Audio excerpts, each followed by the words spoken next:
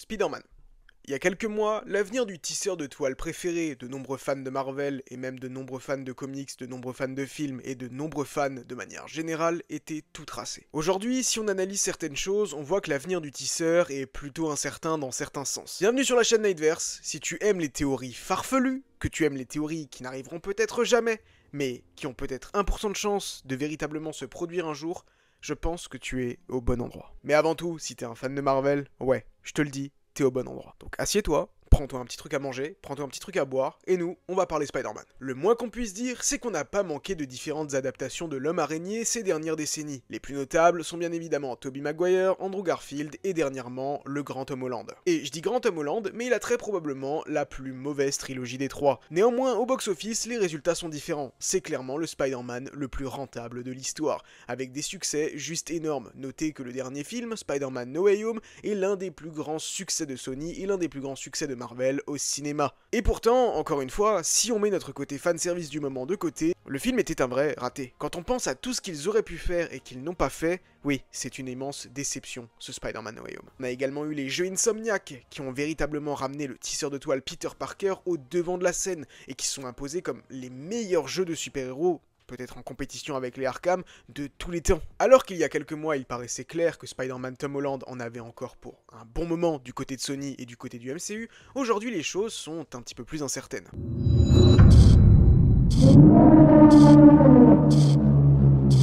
Recontextualisons. Mais avant tout, je t'invite à t'abonner, à laisser un pouce, à activer la cloche et surtout à me dire dans les commentaires comment tu vois l'avenir du tisseur de toile, que ce soit de manière globale. Spider-Man 4. Spider-Man 4 est le prochain film centré sur l'histoire de Tom Holland qui est prévu. D'après de nombreuses rumeurs, il est vendu comme un renouveau du personnage, un petit peu à la manière de Thor Ragnarok, à savoir qu'on dit au revoir au passé en embrassant le futur et une toute nouvelle adaptation en quelque sorte du tisseur, comme en quelque sorte un reboot, un soft reboot, car certains personnages resteront et garderont leur rôle. Ce film Spider-Man 4 est prévu pour sortir l'année prochaine, au mois de juillet 2026, entre Avengers Doomsday et Avengers Secret Wars.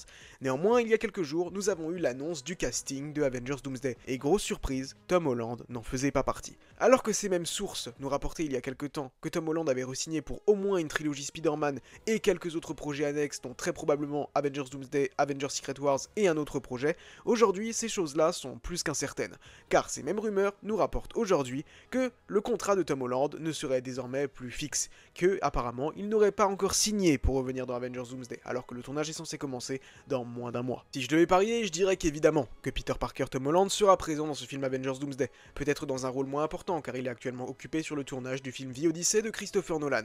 C'est pour ça qu'à mon avis nous aurons un autre acteur qui sera présent, une doublure, et que Tom Holland prêtera sa voix. Ainsi donc, il gardera son masque le plus possible, préservant ainsi son anonymat et allant du coup dans la même logique que la fin de No Way Home, où tout le monde a oublié l'identité de Spider-Man. Les gens se rappellent de Spider-Man, mais ne savent pas que Peter Parker est Spider-Man. Mais il y aurait une différence notable entre un film Avengers Doomsday au box-office qui inclurait la présence de Spider-Man Tom Holland et un film qui n'inclurait pas cette présence. Néanmoins, ça nous rappelle encore une fois qu'il faut se méfier des rumeurs. Surtout du côté de Marvel où on entend tout et son contraire. Surtout sur ce film Spider-Man 4. Prenons par exemple l'antagoniste du film. Il y a quelques mois de ça est sorti Venom The Last Dance, conclusion de la trilogie Venom avec Eddie Brock, Tom Hardy, et ce film nous a rapporté l'introduction d'un nouveau personnage, Knull, le dieu des symbiotes. Tout de suite, les scoopers se sont jetés dessus. Le personnage de Knull sera le grand vilain du film Spider-Man 4 et Peter fera équipe avec Eddie Brock, Tom Hardy. Je ne dis pas que cela ne va pas arriver, néanmoins, quelques semaines après, ces mêmes scoopers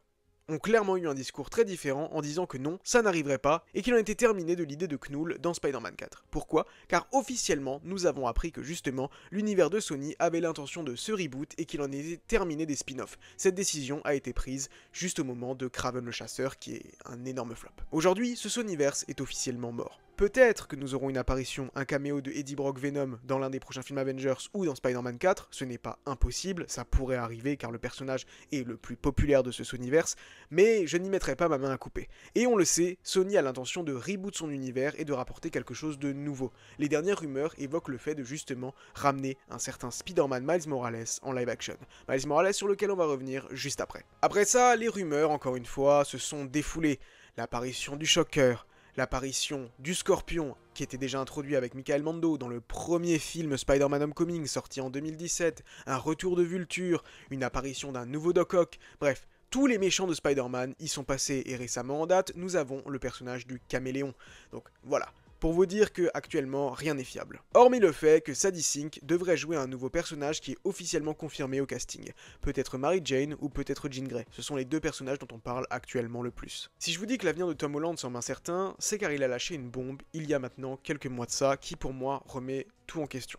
Cette bombe, vous me direz, ouais, peut-être qu'elle n'a rien à voir avec Marvel, mais si on l'analyse un petit peu, on se rend compte que ça joue forcément sur sa carrière au cinéma. Tom Holland est en couple avec Zendaya. Il lui a récemment demandé sa main et sont sur le point de se marier. Actuellement, ils sont fiancés. Ça, vous le savez sûrement. Zendaya, qui joue le rôle de Michelle Jones Watson, un personnage très emblématique de cette saga Spider-Man de Tom Holland, puisque c'est la petite amie de Peter. Au moins jusqu'à la fin de Spider-Man No Way Home, et elle devrait reprendre un rôle moins important dans ce film Spider-Man 4. Néanmoins, il a déclaré récemment que au moment où il aurait un enfant, chose qui pourrait arriver on ne sait pas quand, ça dépend évidemment de la vie privée du couple, et ça ne nous intéresse pas forcément, mais il arrêterait sa carrière au cinéma. Mais ça peut sembler bizarre, mais ça peut arriver dans un an, ça peut arriver dans 10 mois, ça peut arriver dans 3 ans, dans 4 ans, personne ne sait exactement quand ça va arriver, et ça a été un petit peu un choc pour beaucoup de gens, parce que cela signifie que ça paraît très bizarre qu'ils signent pour une nouvelle trilogie Spider-Man. Alors à moins que ce ne soit pas dans leur projet actuel, mais alors pourquoi l'avoir balancé? Comme dit, c'est un petit peu suspect. Et c'est pour ça que ces histoires de contrats sont suspectes de manière générale.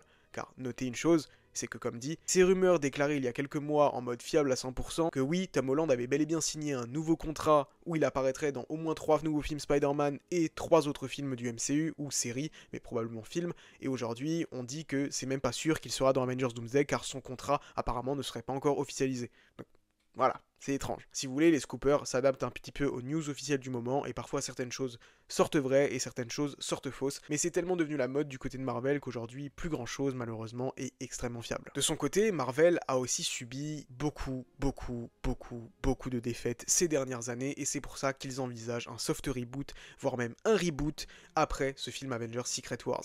Et si ce reboot incluait également un reboot du tisseur de toile. Car il y a un autre paramètre qui est très important à compter là-dedans, c'est l'émergence de Miles Morales. Miles Morales a quitté les cases des comics Ultimate il y a maintenant quelques années pour se frayer un chemin sur grand écran avec la trilogie d'animation Into the Spider-Verse et Across the Spider-Verse qui se conclura très bientôt l'année prochaine ou maximum en 2027 je pense avec le film Beyond the Spider-Verse. Il en sera donc fin de cette trilogie d'animation mettant en vedette le Spider-Man de Miles Morales et il s'est également frayé un chemin directement sur vos consoles de salon en ayant son propre jeu Spider-Man Miles Morales. Tout ça pour dire que le personnage a eu un gain de popularité exceptionnel en quelques années. Et aujourd'hui, pour beaucoup, c'est même leur Spider-Man préféré. Je pense pas trop me mouiller en disant qu'aujourd'hui, Miles Morales est au même niveau que Peter Parker en termes de popularité. Et ça évidemment, c'est un paramètre que Kevin Feige a pris en compte, puisqu'il a déclaré à plusieurs reprises que dès que sa trilogie d'animation serait terminée, il aimerait énormément le ramener dans le MCU, et donc intégrer le Spider-Man de Miles Morales dans son univers MCU. Et ça a été bouleversé à partir du moment où Sony a déclaré que eux de leur côté aimeraient repartir avec un reboot, cette fois-ci en ne répétant pas les mêmes erreurs que le passé, c'est-à-dire en incluant un Spider-Man dans leur univers, très probablement en continuant les films et les séries sur les vilains de Spider-Man, mais cette fois-ci en ayant un Spider-Man qui apparaîtrait dans ces films-là. Et la rumeur évoquait la possibilité de mettre un Miles Morales. Mais également peut-être d'autres Spider-Man du multivers, et cette rumeur est légèrement confirmée, étant donné qu'on a un programme sur Spider-Man Noir avec Nicolas Cage qui est actuellement en préparation, une série à destination de Prime Video. C'est pour ça que l'intrigue Knull et le Venom de Tom Hardy et Eddie Brock n'est pas définitivement jeté à la poubelle, car malgré tout, il reste un succès et un personnage qui est devenu très populaire, donc c'est pas dit à 100% que ce personnage-là ne revienne jamais, voire même dans un Venom 4, dans ce nouvel univers, car on peut pas dire que des connexions avec les autres films comme Madame Web, Morbius ou Kraven le Chasseur, on en ait eu des tas. Mais je vais vous dire un truc, moi cette rumeur, j'ai beaucoup de mal à y croire pour la simple et bonne raison que je vois mal Kevin Feige laisser le personnage de Miles Morales à Sony, même si c'est eux qui ont actuellement le contrôle sur le personnage, ça paraît un petit peu compliqué. Et le Spider-Man du MCU a récemment eu un autre coup dur en montrant que Marvel Studios aurait dû avoir les droits du personnage depuis le début, puisqu'ils ont sorti l'excellentissime série Your Friendly Neighborhood Spider-Man qui a été une grosse surprise. Cette série n'était pas du tout attendue et finalement s'est imposée comme vraiment ce qu'aurait dû être le Spider-Man de Tom Holland depuis le début dans le MCU, en incluant des personnages extrêmement importants comme Norman Osborn, Harry Osborn, le Docteur Octopus, une vraie version du Scorpion, des choses beaucoup plus intéressantes qu'on aurait aimé avoir en live action. Et ce Spider-Man là, vraiment a été apprécié par beaucoup de monde, et il se pourrait que certains éléments apparaissent sur grand écran. Par exemple, prenons Colman Domingo, qui prête sa voix à Norman Osborn dans la série, il a déjà déclaré à plusieurs reprises qu'il aimerait beaucoup jouer le personnage en live action. Et pourquoi avoir pris un acteur aussi grandiose que Colman Domingo, si ce n'est pas dans l'idée de le ramener justement en live action? Enfin bref. Il est temps que je vous donne ma vision de l'avenir de Spider-Man dans le MCU. Je pense que Spider-Man 4 sera un film qui se déroulera dans le Battle World et qui inclura de nombreux personnages du passé du Spider-Man de Tom Holland, ainsi que de nombreux nouveaux personnages comme le personnage de Sadie Sink, qui moi, je le pense fermement, incarnera Mary Jane Watson, et non pas Michelle Jones Watson, Zendaya, qui sera aussi présente, histoire de dire au revoir à Zendaya et bonjour à Sadie Sink, comme nouveau love interest de Peter Parker. Je pense que ce film se déroulera dans le Battle World et ramènera certains éléments de Your Friendly Neighborhood Spider-Man, permettra ainsi l'implication d'autres caméos de Spider-Man du multivers, comme le Spider-Man de Tobey Maguire, le Spider-Man de Andrew Garfield, peut-être même l'implication d'un Miles Morales, mais également surtout la possibilité de voir débarquer le Venom de Tom Hardy, et peut-être même des menaces multiverselles, mais je pense que ce film restera dans un ton Spider-Man, mais dans un ton Spider-Man du multivers. Bien que je pense que le film s'ouvrira sur une séquence très street level, où je pense que Peter affrontera soit le Shocker, soit le personnage du Scorpion, incarné par Michael Mando,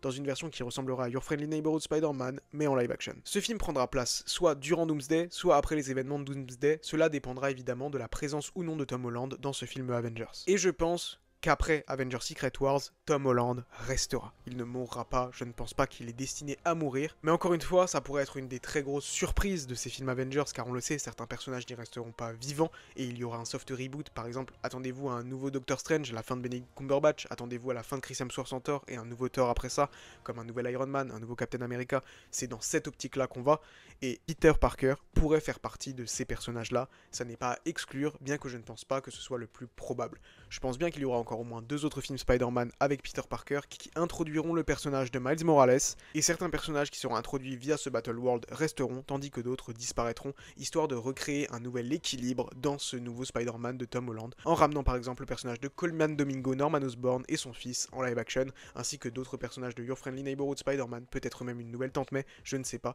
on pourrait avoir plein de nouveaux personnages, histoire de vraiment créer ce soft reboot pour le personnage de Spider-Man. Et comme dit, d'inclure le personnage de Miles Morales, qui pourrait être un petit peu présent, histoire après d'être le nouveau porte-étendard de Marvel Studios les années qui suivront. De son côté, je pense réellement que Sony va ramener un nouveau Spider-Man, mais je ne pense pas qu'il s'agira de Miles Morales, mais bel et bien d'un nouveau Peter Parker. Soit il s'agira d'un nouvel acteur qui sera casté pour incarner ce nouveau Peter Parker, soit ils prendront un Peter Parker déjà existant, comme celui de Andrew Garfield par exemple. Et ça, il va falloir attendre un petit peu de temps avant d'avoir vraiment de nouvelles informations là-dessus, et je pense que c'est dans cette direction-là que va le personnage de Spider-Man. Concernant les jeux vidéo, vous le savez, il y aura bel et bien The Final Chapter, le chapitre 3 des aventures de Marvel Spider-Man, mettant en vedette Peter Parker et également Miles Morales. Et côté animation, il y aura encore au moins une saison à Your Friendly Neighborhood Spider-Man, sans oublier le film Spider-Man Beyond the Spider-Verse. Et à côté de ça, croyez-moi, il y aura encore beaucoup d'autres projets. Mais voilà comment personnellement je vois l'avenir du tisseur de toile sur grand écran et sur petit écran. Je sais pas ce que vous avez pensé de tout ça, dites-le moi dans les commentaires et nous on se donne rendez-vous très bientôt à New York City.